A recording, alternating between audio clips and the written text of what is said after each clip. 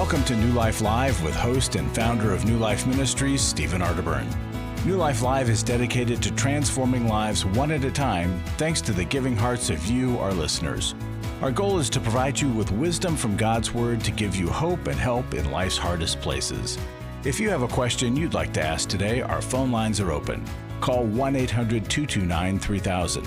That number again is 1-800-229-3000. Now here's Steve.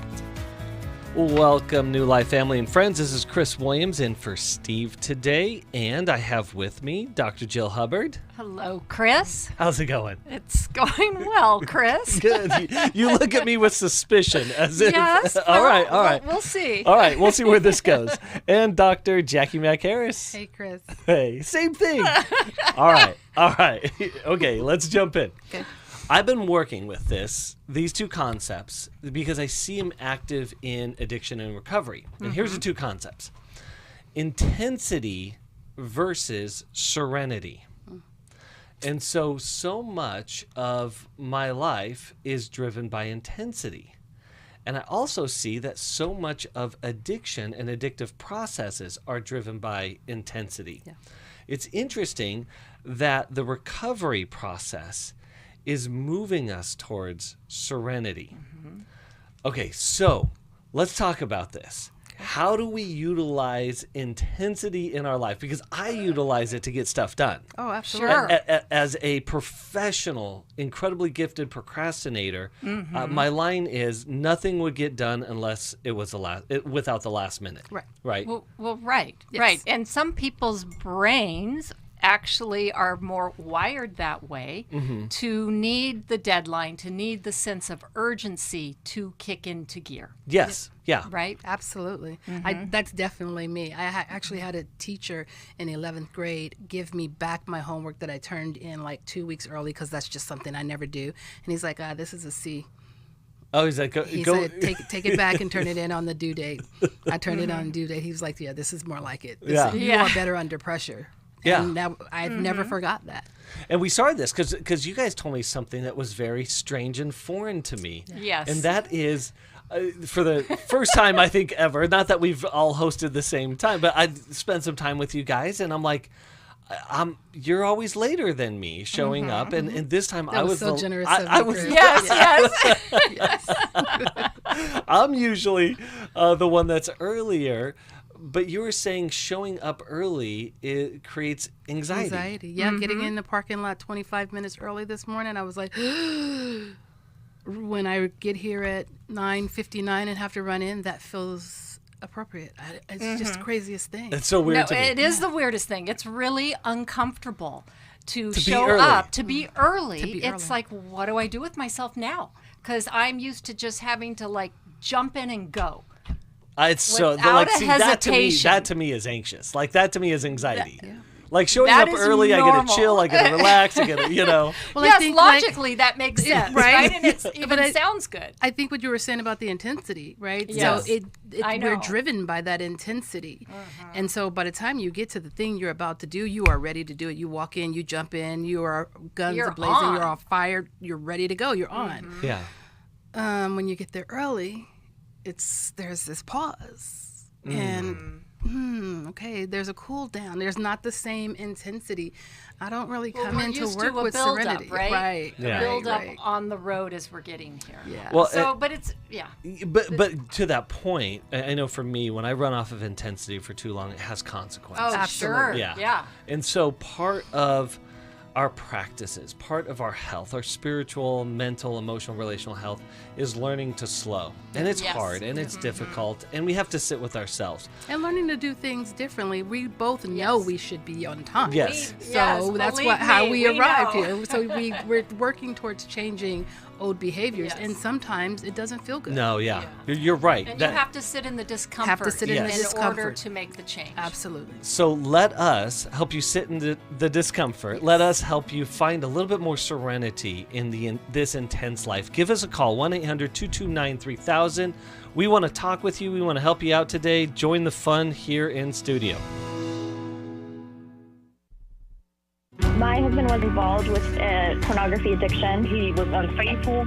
I called the wedding off. He stepped out on the marriage and ended up having a child. The Restore Workshop is designed for a woman dealing with a man's sexual addiction issues. My husband is a recovering sex addict. There were strip clubs, other ladies. If you've been affected by betrayal, an emotional or physical affair, or pornography, the Restore Workshop will equip you with support and tools to help you through. Restore has empowered me and has given me the tools to work through my anger, work through my pain, work through my confusion, and help me realize that I am worthy. Being here and being surrounded by people who get it has given me my power back. The Restore Workshop is coming to Dallas, Texas, July 15th through the 17th. To register or to find out more, call 1-800-NEW-LIFE or go online to newlife.com. Thank you, Restore. You have changed my life forever.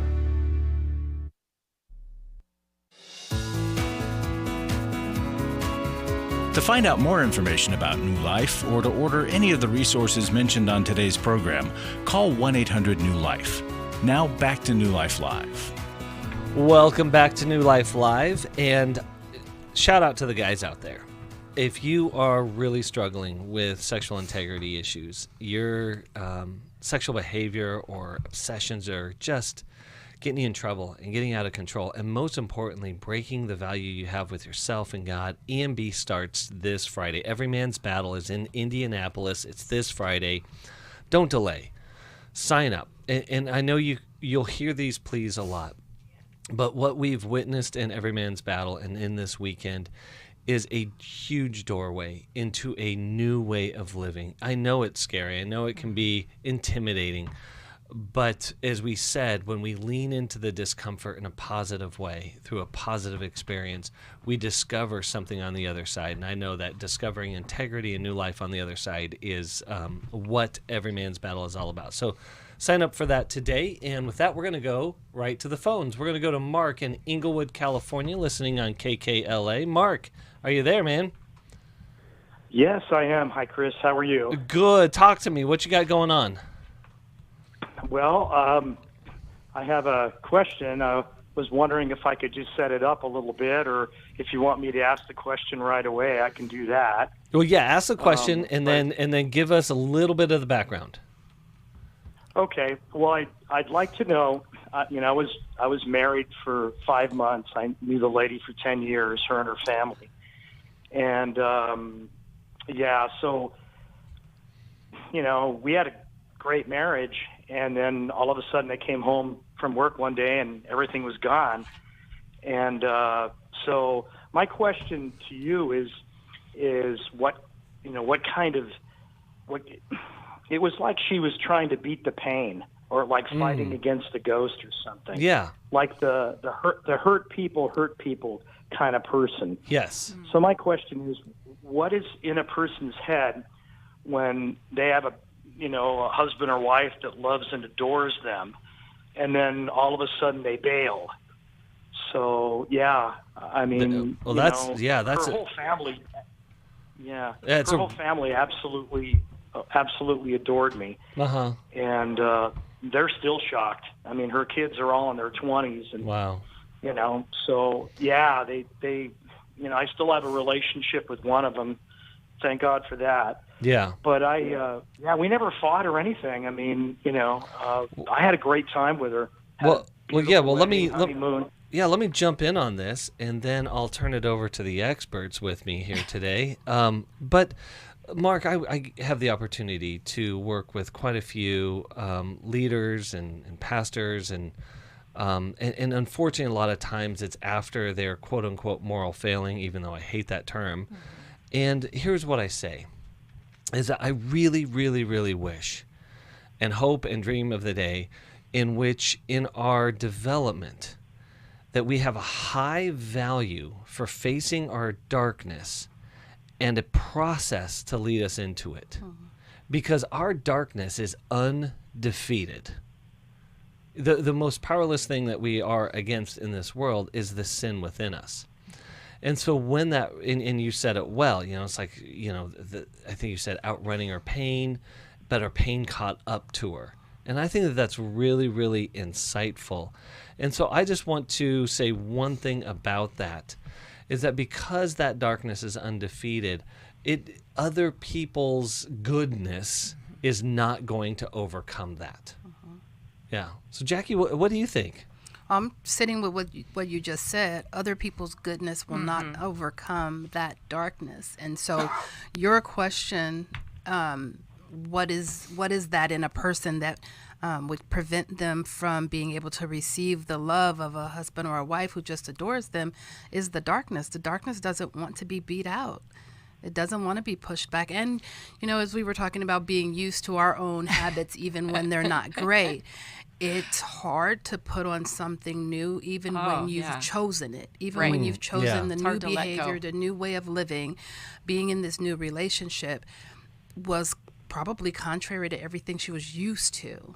And that can be really hard. And so you run from that when you don't understand it. And there would be nothing another person could do to fix what's going on inside. Yeah. All you can do is kind of be there and be present for someone, which is a wonderful thing. But that pain that's deep inside, that darkness inside, we've got to face that and wrestle with that in our own ways. And this leaving could be a part of that for her.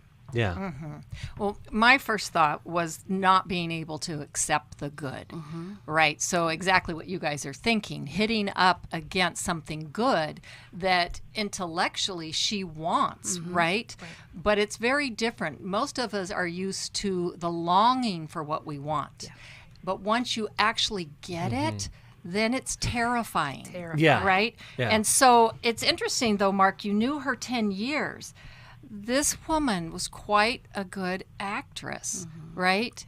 She had to have had a double life. And so you saw it through her being, I think we got a sense that she was a little bit wild.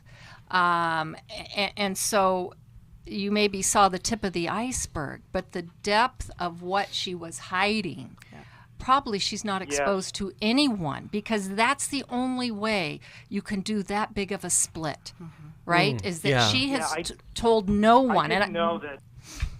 Go ahead. I didn't know that that it was like. Now, I just want you to know that I love and adore the person. I don't hold grudges. My parents were happily married for 75 years, and her parents were happily married for 65. Wow. So, and we can hold truth, like and we can hold something negative that might be true, as well as something good that might be true. So your sharing doesn't sound like you're letting that go. It was like being with a narcissist or a sociopath, and I didn't know that. Like I said, we dated off and on for 10 years. She would it would be a couple of months, and then she'd disappear. And so I had, don't get me wrong, I had a great time with her. She was beautiful. We had a lot of fun together, but then she would just cut it, and I didn't know that her situation was so severe. And, her daughter came to me. Oh, so Mark, let me jump in. Mark, let me jump in. Let me jump in here. Sure. Okay. Sure. So I take a deep breath, man. Here we go. I didn't realize your condition was so severe. I knew you were going to say that. Right? Because I'm glad you're laughing, Mark. Yeah. Right, because I've been trying to get counseling with Jill, and I work for NASA. I have a really busy job. I want to get to see her. Right, we have correspondence. Yeah. So, because here's where we'll lead you in the direction, is that there's a couple things here. One, there's something in you that doesn't feel worthy to be committed to, worthy to be trustworthy, worthy to be trusting. And so the other aspect of that is a block in intimacy. Is that intimacy is really about getting to know the insides of another person and being known in my insides by another person. We use the kind of silly, not acronym, but sort of play on words. Intimacy is into me you see. Right, and if every time you start to get a little more intimate emotionally, she leaves, right? So I hear you over and over, Mark, saying we had so much fun together. So that was... I really enjoyed her. Yes, that was great, but then she would leave. She couldn't let you into that next layer. Yeah, she did that. She's done that to everybody for 14 years. Her husband is deceased. He picked drugs and alcohol over her and the kids. So I didn't know if maybe she was just punishing every guy she met or, like I said, trying to beat the pain. Was there, so Mark, I'm a thinker, so I kind of like to have answers. I'm not holding a grudge. I've been divorced for a couple years. Well, Mark, because when you said first, what was she thinking? And I'm like, this is not an issue of the mind. This is definitely an issue of the heart. And that's where I think, and because we can't do anything about her and her choices. But today we can say, okay, what was going on inside of my heart that I stayed with this person, put up with this as long as I did, and what does my heart need? That's true. And to marry her. So I am curious, was there a hope that the marriage would be something that she wouldn't run from? Because it seems like... Well, there was a change in her behavior, and it was very noticeable by me and other people. So I figured, hey, she's 52 years old. I figured, hey, she's finally, growing up and finally, and she wants to settle down now, because I knew her MO pretty much. Okay. But, like I said, I didn't think it was that severe.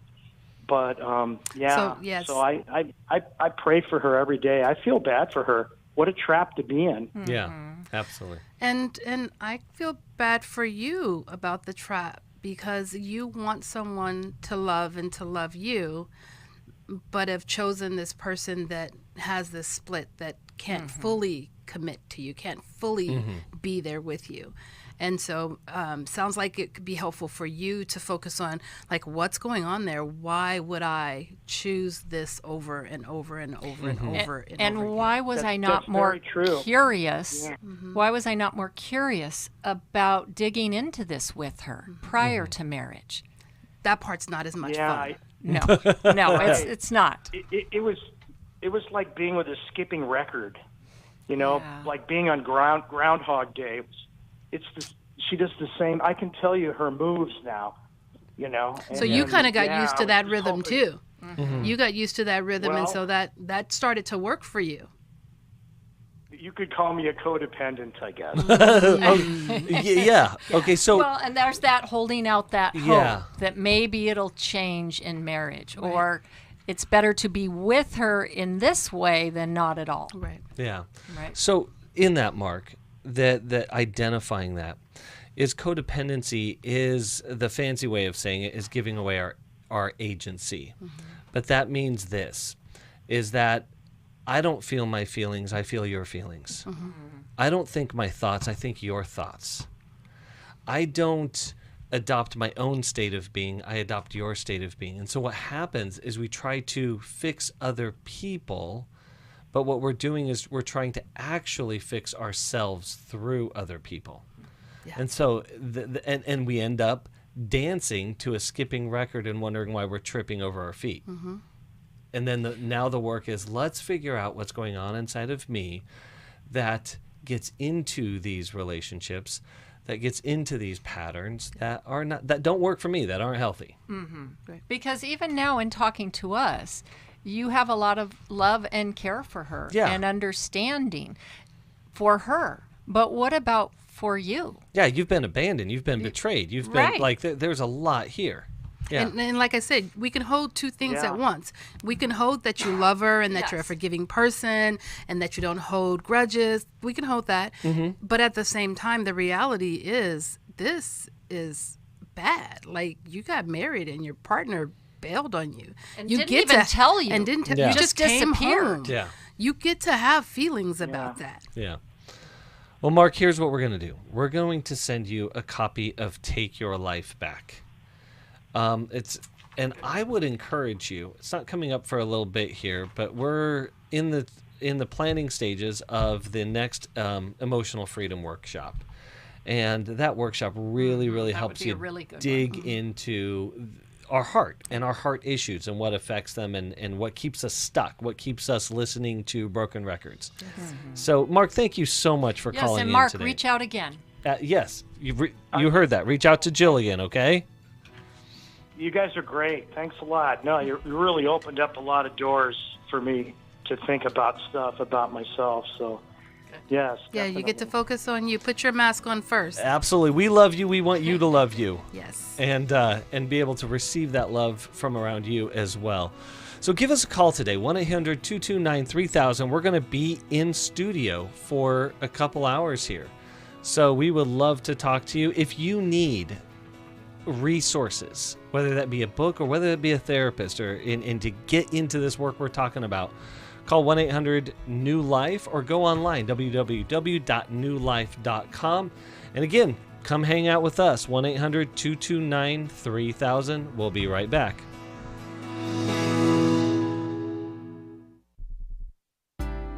It had become very apparent that some of the things I was involved with were taking over my life. In today's world, men are barraged with inappropriate content and images all day, every day. Some say that certain behaviors are just no big deal. It's just part of being a guy. But it's simply not true. It's a battleground for every man, and the opportunities to fail are everywhere. New Life's Every Man's Battle Workshop can help. After 7 years, he just one weekend, a completely changed man. For over 20 years, New Life Ministries has been helping men regain their integrity and purity through their one-of-a-kind Every Man's Battle Workshop. He said, I think this is something that every man should go to. Married, dating, it was definitely life-changing. Now the workshop is coming to Indianapolis June 10th through the 12th. Don't wait for him to call. To find out more, call 1-800-NEW-LIFE or go to newlife.com. 1-800-NEWLIFE. Hi, this is Steve Arterburn, and for 30 years, New Life has been the most trusted name in Christian counseling. Your ministry has saved my life. If you struggle with emotional hurt, family or marriage problems, the pit of depression, or the pain of addictions, we can help. I'm down 100 pounds now from what I was. You guys are awesome. You are a blessing to America. Our treatment programs provide clinically appropriate solutions from licensed professionals, all in a biblical framework. I have had problems with alcohol. I think God has ordained this place to be His. You don't have to be a prisoner of your pain. Help is available at 1-800-NEW-LIFE. She tells me that I'm a new man, and I feel like a new man. It worked for me, and it can work for them too. This time it is different. If you're ready to take the first step toward genuine spiritual and emotional healing, please call us today at 1-800-NEW-LIFE. God can open the door to a better tomorrow right now. Call 1-800-NEW-LIFE. That's 1-800-639-5433. We'd love to hear from you. If you have a question or a comment, call toll-free 1-800-229-3000. Now back to New Life Live. Oh, welcome back to New Life Live. Again, Chris Williams, doctors Jacqui Mack-Harris and Jill Hubbard. And we also have in studio one of my favorite people, Larry Sonnenberg. Larry, what do you have for us today? Hey, well, you mentioned it early in the program. Every Man's Battle starts this Friday in Indianapolis. And I don't know why there are workshops from time to time where people don't seem as interested as they are other times. And this is one of those times where it's like pulling teeth to get guys to come, and it shouldn't be. And I think that's a stronghold of Satan more than anything myself. But well, Larry, let me jump in. Let me jump in with something. There's a lot of last-minute signups, though. But listen, the struggle is not abnormal. I was just on a phone call with a fellow in recovery, and we were just talking about how we have gotten phone calls or reports from so many guys that had acted out or broken sobriety, and that we're really kind of on a good path. But it's not abnormal to struggle. Yeah, no, you're right. It isn't. But we want to help those guys that are, and so I like to encourage by reading a testimony. So this is a testimony. Let's see, from Troy. Every Man's Battle has been an eye-opening experience. The main sessions were very informative, but I felt the most important part for me was group. Hearing the stories of men that I can relate to opened my eyes to the fact that I'm not alone, and I don't have to do this on my own. We came in as individuals and left as brothers, building healthy relationships with each other that I thought could never be built. Our group facilitator was so full of wisdom, but very humble, grounded and open himself. The lasting relationships that were built are strong, and I can't wait to see what God has in store for all of us. I love it. That's just full of all kinds of things. You know, the group sessions, the main sessions, the humility, waiting to see what God has in store for us. That's hope. And I love, we have to be hope givers. And so, guys, sign up. Ladies, if your husband needs it. Well, and just a reminder that this workshop it's about sexual integrity, but it's broader than that. Oh, my goodness. And I know so many men that weren't expecting to deal with their father wounds. Yes, right? Absolutely. And That's right. as well as their intimacy deficits. Amen. Yes. Right? So if you're a man, you can't really relate, or you have a hard time, or you have no best friends. Right? This is a workshop where you'll learn about sexual integrity, but you'll learn about so much more. Well, and you learn why you turn to sex as your drug of choice. Yes, yeah. That's the thing for me that it just is so right. big. Or any drug of choice, right. really. Yeah. Right? Yeah, exactly. So, guys, if you would sign up, give us a call. It's not that hard. The hardest thing's picking up the phone and dialing those numbers. And where are we at as far as scholarshiping goes? It's available. We have scholarship money. We just ask you to love those givers. Tell us what you can give to go to this workshop. Yeah. You know, if you can give half, if you can give $100, whatever you can give, we want to get you there. We don't want money to be in the way. And I just want to encourage people out there, the men and women who have found tremendous benefit, please consider giving the gift. Please consider giving to our scholarship fund so that we can make sure that financial resources are never a barrier for people to getting the help that they need. That's right. And so many people go and then pay it forward. Yes, they do. Right? Yeah. They were either helped through scholarship or they see the value in it for men. And just talking about the money part of it, it's a reason to give to New Life. So we can continue doing these programs on radio and all the other stuff that we do, keeping our counseling and coaching networks going, keeping the workshops going. So, folks, we have this matching gift going. I feel really a little bit of guilt because I was fairly smug saying we can do this. See here, as we can do this. We can get this matched in 30 days. Well, it got close to halfway matched in 30 days. That's great. But we got a lot to go. But and during tough times for people, yeah. right? Not everybody's giving as much these days. It's a challenge, but we still have not quite $400,000 left. Maybe $370,000. All right, let's keep it going. Let's give out there. And this is I want to step in with this because this doesn't get talked about enough, but I see it all the time. And it's this: there is an unpredictable and unseen tremendous financial benefit to recovery. And here's why.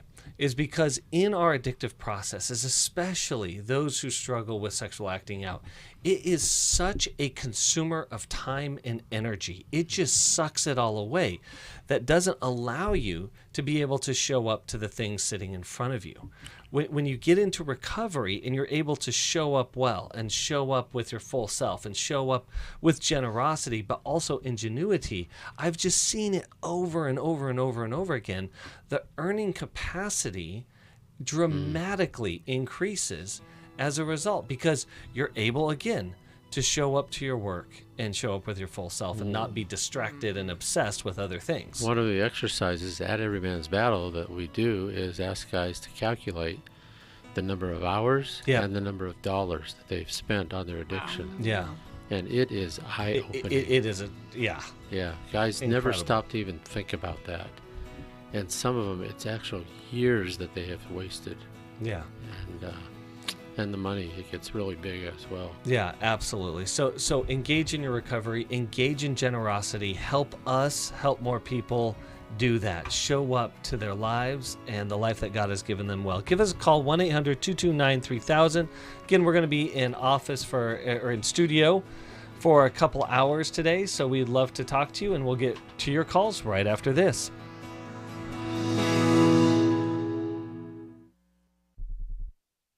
For most of my life, I've been dealing with an opiate addiction. Why is opioid addiction quickly becoming one of our nation's biggest killers?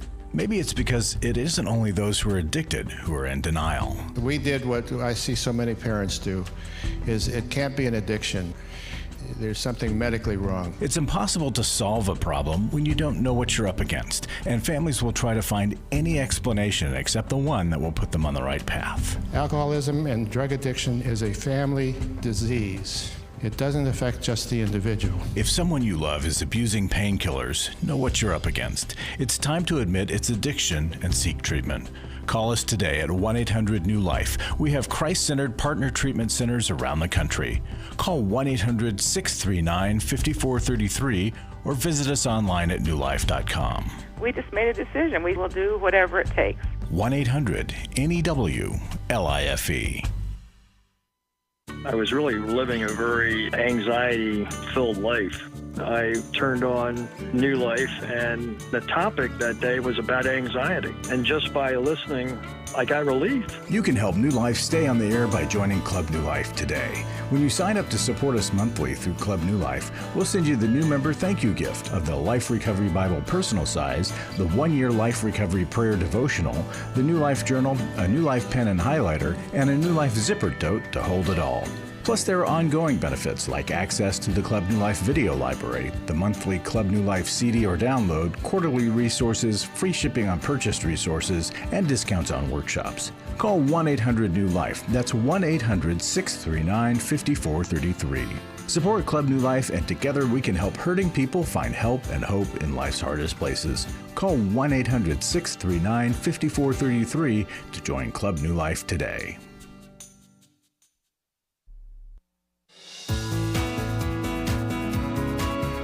We're glad you joined us for New Life Live. To be a part of the program, call 1-800-229-3000. Now back to New Life Live. Welcome back to New Life Live. Chris Williams in studio. Here we're going to go straight to the phones, and we're going to talk to Nancy in Portsmouth, Arkansas, listening to us on Sirius XM. Nancy, are you there? Yes, I'm here. All right. Well, what's going on today? Well, I'd like to get advice in how to help my mother. She's 80 years old and showing signs of dementia. She's losing things constantly. She doesn't eat well. Her understanding is decreasing. She does not admit to having a problem. She realizes that there is a small problem, but not to the extent that it is. And she blames it on stress. And my father, they're both still living together, and it is driving him insane to have to try to keep up with finding the things that she loses. I just don't know how to help her. And are they in the Portsmouth area? Yes. Yeah. Well, I'm actually going to be all ears on this, Nancy. Because I'm in a similar situation with my mother-in-law. And so she still has a pretty decent amount of faculty about her, but we're seeing those similar signs. I mean, like, what in the world do we do about this? So, Jacqui, lead the way. So, Nancy, does your mom have a physician that she sees regularly, or have there been any tests that have been run? No test for cognitive function. She does have a heart specialist. She's got a pacemaker, and she's on blood thinner, and she has a general practice doctor. My other question is, how long has this been going on? We noticed it probably a year ago, and it's slowly progressing. Okay. the starting point is going to be getting her evaluated by her primary care doctor and seeing if maybe she does need to have a cognitive functioning assessment. But in terms of the caregiver aspect for your dad, help. That really is going to be the only thing. There's nothing you can really do to stop the progression of what's going on in her brain outside of a couple of medications that they say maybe possibly could help. But really, what you're saying, the issue is it's really hard for your dad to keep up with having to be the one that's finding everything or dealing with her anger if she's having outbursts because she thinks someone's manipulating her or stealing from her. And keep in mind also that if she's in that state, like, she's not rational, so she's not going to admit it. She doesn't remember it. I was talking to my dad yesterday about seizures, and he was like, I haven't had a seizure lately. And I'm like, you don't remember. Because you don't remember. It's a part of it. So one thing we don't do with people who are memory impaired is say, don't you remember when? Because they don't, and that just frustrates them and makes them angry. Some communities, I know here in Orange County, we have an office on aging. You could call 211 and they could give you some numbers for support. Alzheimer's Association is amazing. They can send out respite caregivers, but you really have to tap into the resources in your community that support aging parents. Because as the caregiver, he is taking on what's going on inside of her. He doesn't understand it, but he's going to do his best to take care of her and take care of him. But it's hard to manage when you're the spouse having to become the caregiver, or even the child having to become the caregiver. You want to stay in your role as child or spouse as much as possible. So reach out to an organization like the Alzheimer's Association and see if you can find some support. So I think also, in addition to that, there's a few things, because we have to remember that aging is difficult and that none of us like to admit we're as far along in the aging process as each of us are.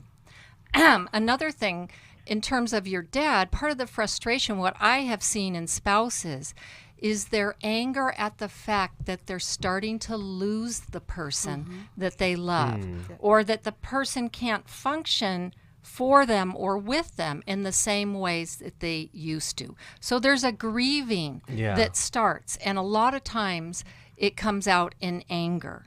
So to be able to help them, I think one is to talk with your dad about that she's not doing this on purpose, right? And to talk maybe about the sadness he might be feeling that mom isn't the same.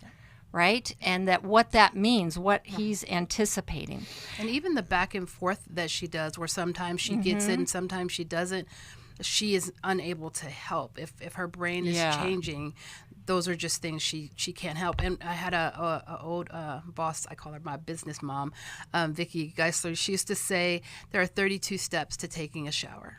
Yeah. And we don't think about most of those steps. And so when you start to lose some of those steps, imagine how much more difficult it is to get just to bathing when you have to remember to get the towel and the soap and turn the water on.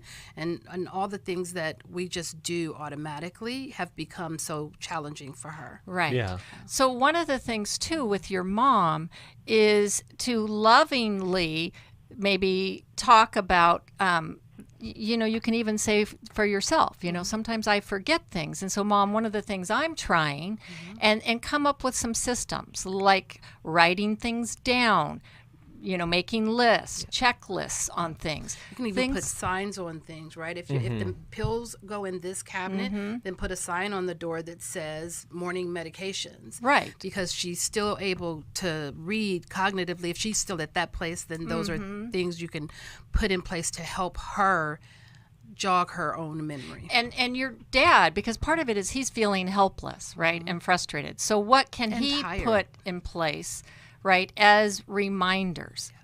Right? Yeah. So anybody that's having this cognitive slippage, I know people with MS go through that and have to come up with systems for things. It really does require an extra level of grace as well. It really does. does. Because when our mind works against us and not for us, sometimes it does look like moral failings at times, or we're intentionally frustrating other people, when it's just like, no, this is just unfortunately the deterioration of one of God's greatest gift to us, our own brain. Right. Well, and the so it takes a lot of misunderstanding. grace, yeah. I mean, I've seen people say this person lies. They lie all the time. Well, no, they're starting into dementia. They're not lying. Right. They really don't remember. And I've had them, they're so combative and they're so angry all the time.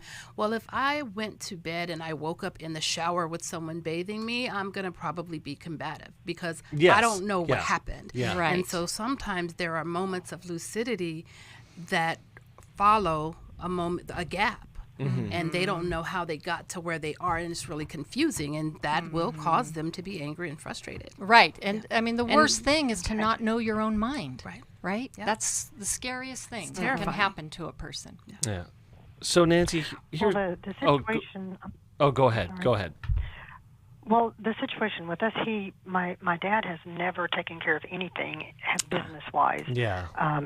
She has done everything. Yep. Okay. And she's getting to where she can't keep up with that, and I'm trying to help them, but she will not admit to this problem, so I don't know how we're going to get her to the doctor to try to get help. Well, maybe not address the problem, just it's that time of the year, and as we're all getting older, we should be having regular annual physicals anyway, and so just present it as this is something we need to do coming out of the pandemic, or just up an excuse, right? Anything. Yeah. You talk to the doctor's office, they know the reason, right? But you just find a way to get her there, because you're not going to get her total buy-in. Yeah, don't try to convince her that she has dementia. Don't try to convince her that she's forgetting things and that she's memory impaired, because that's a big enough struggle already.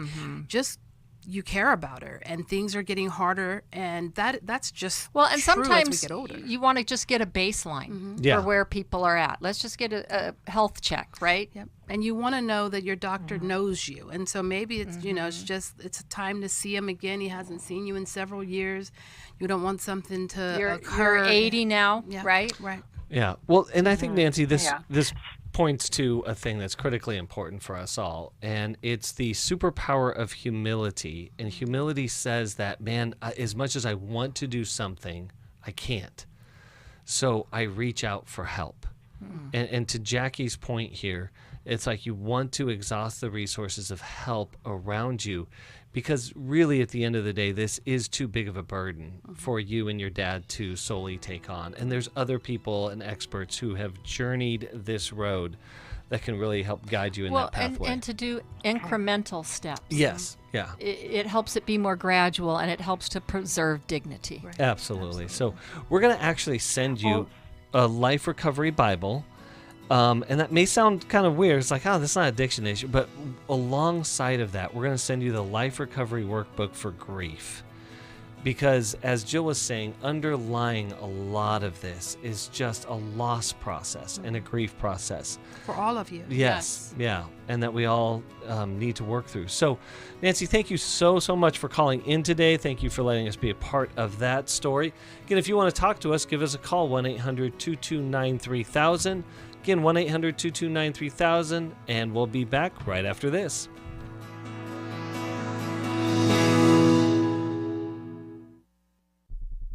I came into this thinking that my husband was the cause of many of our issues. The New Life Intimacy and Marriage Workshop is coming to Washington, D.C. July 22nd to the 24th. But after learning about our attachment styles, I understood how our past hurts were playing into our present problems. Join Steve Arterburn. It's been a dream of mine for a long time to help people to grow more intimately together, and we believe that everybody has room to grow in the intimacy level of their life. And Milan and Kay Yurkovich. We help couples understand how their attachment style is sabotaging their current relationship. And then we teach them how to create comfort in a relationship. And New Life's group counselors will help you focus on the area that will benefit your marriage most. To register or to find out more, call 1-800-NEW-LIFE. Here at this workshop, we had our first ever conversation without yelling, blaming, and accusing.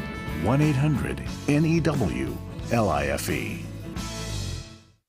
Chris Williams on coaching. Oftentimes I get asked, what is the difference between therapy and coaching? The biggest difference between the two is that a therapist is going to be looking for a diagnosable mental health condition, whereas a coach is going to look at a particular issue and help a person work through that. If you need a coach, call New Life today and ask about the New Life Coaching Network. Our coaches have been trained and screened with the same intensive process we use for our network counselors. If you're looking at an issue in your life that you just kind of want to change, whether it be your weight or leadership or other areas of behavioral patterns, check out coaching. There can be some really, really helpful things for you. Take control of your life and take action to achieve your goals. Call 1-800-NEW-LIFE. That's 1-800-639-5433 and talk to us about getting a New Life coach. 1-800-NEW-LIFE.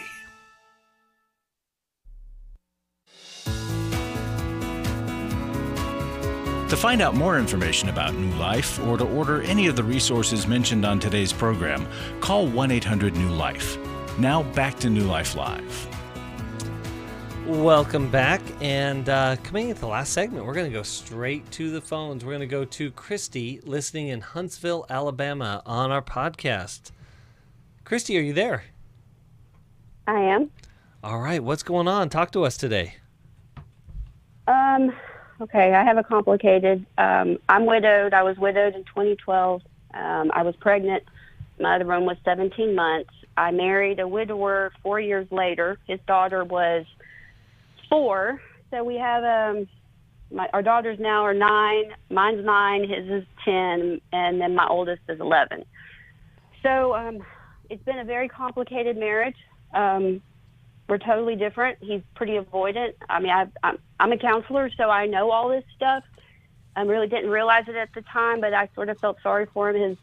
His parents never came and helped him at all, so he doesn't really know what love is. They left him. I mean, he was here with a 3-year-old.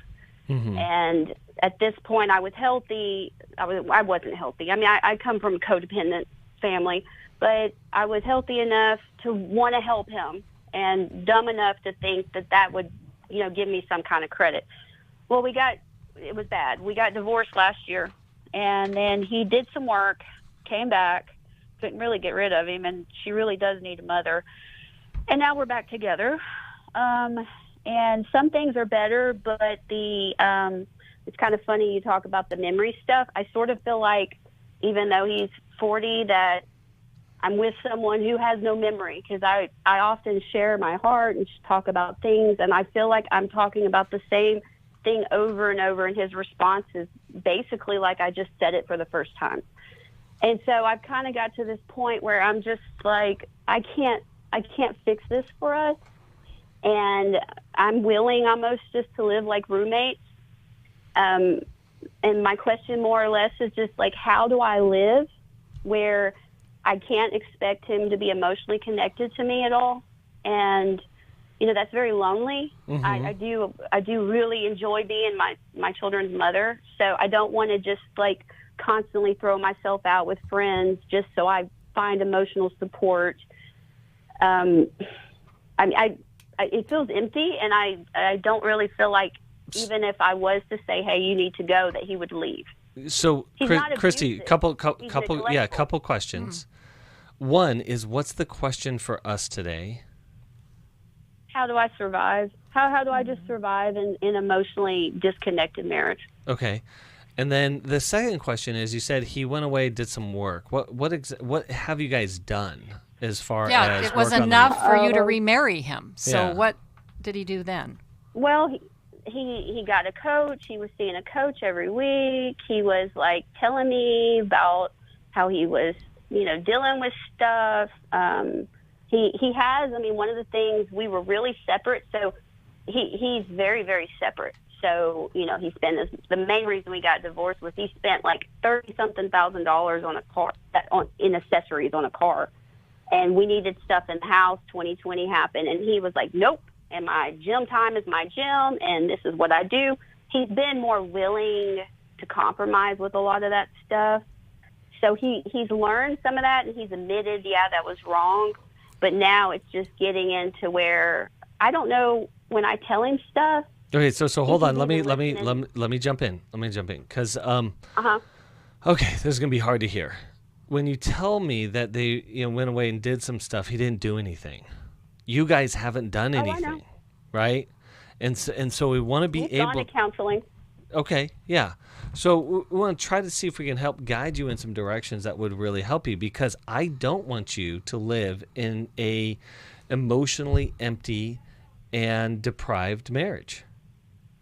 And so, Jacqui, what do you think? You said he's avoidant, and sometimes you share your heart with him, and it's as though you've said it for the first time. Are you feeling like you share your heart and then he doesn't share back, or he's not actually taking in what you're saying? Well, the main fight we had, it wasn't even a fight. I was just shocked. So when my baby was born, I had a friend that helped me for 2 years. Well, she was murdered along with 5 people in her family.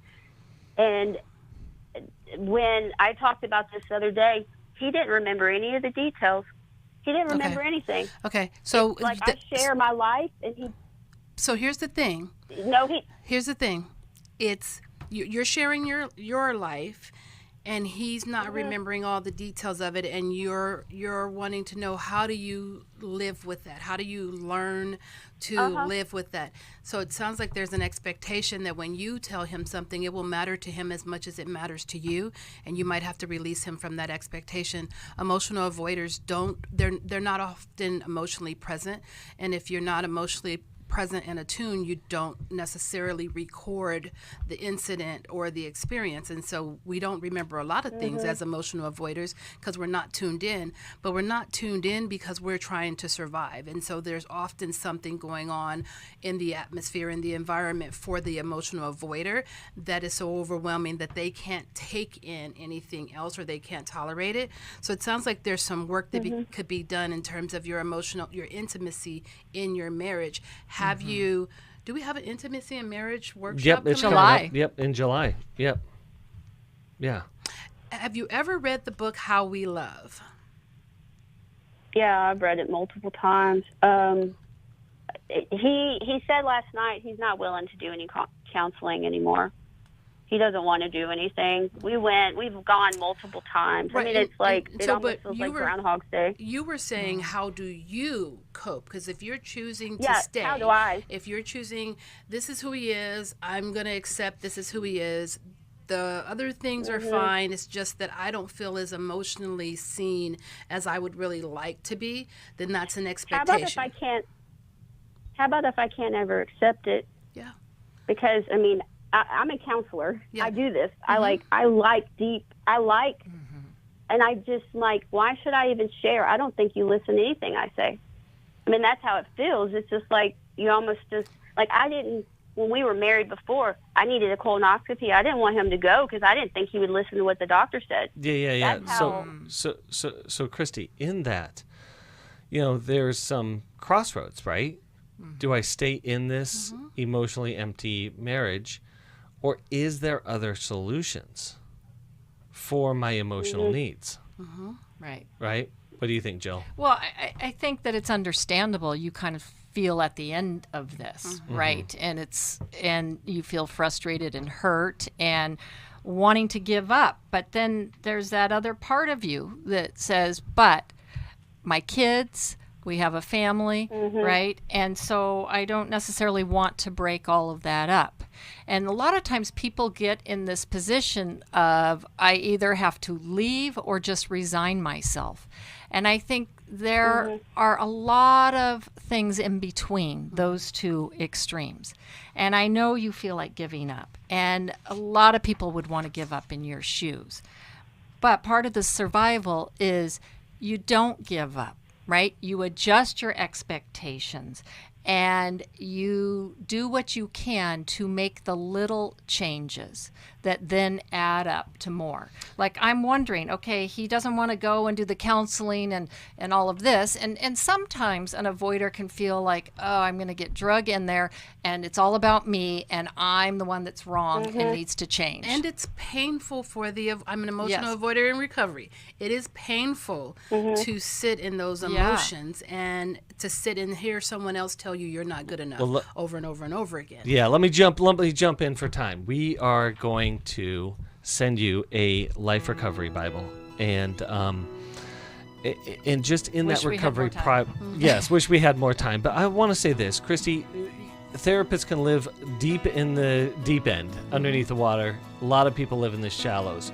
We need to find people that could be there with us. That's not always our spouses, and that's okay. But thank you for being with us today, and wish you a great day. We hope this program has helped you by giving you insights for handling the challenges you face in your life. We want you to know that we're here for you, but you also need to know that New Life Live is a listener-supported ministry. To make your donation or to get any of the resources mentioned on today's program, call 1-800-NEW-LIFE. That's 1-800-639-5433, or write to us at New Life Ministries, P.O. Box 1029, Lake Forest, California, 92609. Please join us again tomorrow for New Life Live. Hi, thank you for watching New Life Live. You know, New Life Live is a Christian counseling program where we deal with the hard questions about life, relationships, kids, free choice, freedom of will, whatever. It's all right there on New Life Live every day, every weekday, 1 p.m. Eastern, 10 a.m. Pacific. If you want to call into the live broadcast, you can find the schedule on newlife.com or click the social media link right below.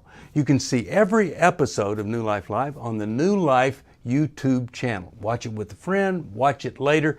Be sure to subscribe and hit that bell so you'll never miss another episode. So if you want to listen on the go, download the app. The link is right below. And I hope if you need some information, if you want to get some help, you'll call us at 1-800-NEW-LIFE. And I'll see you next time.